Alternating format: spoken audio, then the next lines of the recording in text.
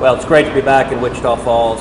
We just finished doing a roundtable of small business owners here in town, listening to their concerns. And the principal reason I'm here is to hear the concerns of folks in the community, business leaders, community leaders. And I got to tell you, folks here are concerned about the challenges to small businesses, the challenges to jobs. My number one priority in office is jobs, is fighting for jobs in the state of Texas.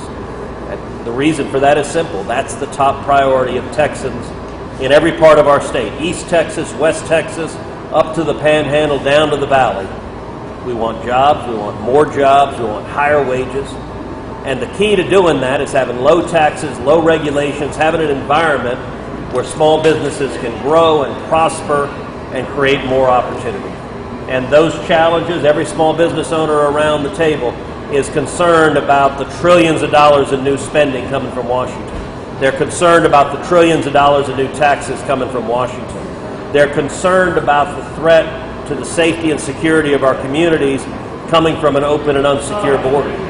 And as much as those challenges are real, at the same time, what I wanted to do today was convey a word of optimism and hope to the men and women of Texas that we're seeing people wake up all across the country. And I think it is leading to a revival, a new awakening where people want to get back to just common sense conservative policies. Low taxes, low regulations, lots of jobs. Protect our community, support our servicemen and women, support our law enforcement, and protect our constitutional rights. And I think we are headed towards a very, very good election in 2022. I think we're headed to a very, very good election in 2024, and I think it's because the policies that are being imposed in Washington, they're not working, and a whole lot of people's eyes are being opened up to that. Mayor? Well, I just want to thank Senator for coming here today. For me, it's been very honored. He's been here for us several times throughout his career, and being able to allow him to listen to citizens talk in two different separate groups and listen to the concerns. And their concerns are his concerns. And he said that over and over and over. And a lot of times he carries a lot of our weight and our water down there in Washington.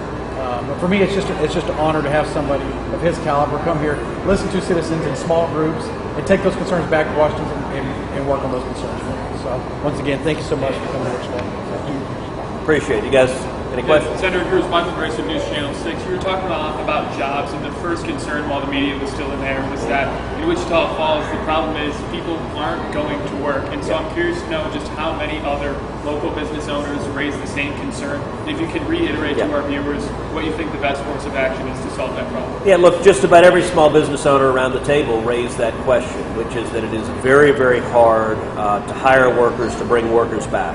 You know, last year we saw shutdowns of small businesses all over the country, and it had a devastating impact on millions of small businesses, whether restaurants or bars or theaters or stores, and a devastating impact on millions of workers. Now, as the economy is coming back, we're still seeing small businesses having a really hard time bringing their employees back. And by the way, I'm hearing that in every part of the state. Everywhere I go, as I talk to small business owners, they express that same concern. And unfortunately, government policy is playing a big part in that, because right now the government is paying people more money not to work than they made working. And it's real simple. People respond to incentives. And if the government comes in and pays you more money to stay at home than to go to work, a whole lot of people are going to choose not to go to work. And so I think the government policy ought to stop making it hard for people to go back to work. You know, one of my favorite phrases is the social safety net should be a trampoline and not a hammock.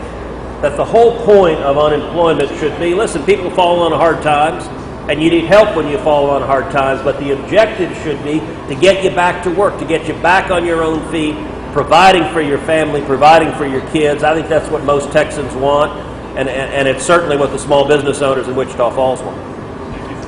Senator, PJ Green, KFDX3, is there any type of incentives for local businesses, since you talked about unemployment and things like that? Anything coming from local businesses, along with COVID relief, anything like that coming down? Well, look, I think the biggest thing coming for local businesses right now is a whole bunch of new taxes. And The Senate is getting ready to vote on Bernie Sanders' new budget. Bernie Sanders' new budget, he's the chairman of the Budget Committee.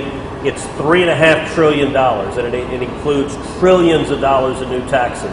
New taxes on families, new taxes on individuals, new taxes on corporations, new taxes on small businesses, new taxes on capital gains, and the death tax going up. And all of those, I think the small business owners that we were talking to expressed real concerns that it's already hard for a small business to stay in place. And between the new regulations that are coming from the Biden administration and the new taxes that Democrats in Washington are promising, that is a very real threat. And what I hear from small business owners is leave us alone. Let us run our business. Let us hire people. If you care about jobs, and I do, then you care about small businesses. Because 2/3 of all new jobs come from small businesses. And so if you want an environment that is robust, you want an environment where small businesses are growing and prospering and expanding. If you want to see jobs go away, then you strangle small businesses. And unfortunately, Joe Biden and Kamala Harris and Chuck Schumer and Nancy Pelosi are pushing policies that I think are a real threat to strangling small businesses. Senator, Yeah. could you tell the students here what is the future of student loan forgiveness? Well, student loan forgiveness is an issue that is hotly debated right now in Washington, and it's not clear what's going to happen. You know, I'll tell you what students need is a chance to get good jobs when you come out of school. Listen, I understand student loans.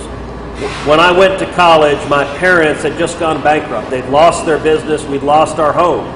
And so I went off as a freshman in college, 17 years old, financially on my own. And I took student loans in college. I took student loans in grad school. I came out with about $100,000 in student loans. You know, I joked that I had a mortgage, but I didn't have a house. And it took me over 20 years to pay those loans off. It wasn't that long ago that I paid my student loans off. That's a tough situation. I understand that, and unfortunately, more and more students are getting hit with really high loans. The best avenue to deal with it is when you come out of school, be able to get a good job that pays a good salary, that you're making enough that you can pay off your loans. And that's really what my focus is creating an opportunity where students coming out of school can have good jobs and have a good future. And if we're doing that, you can pay your loans as well.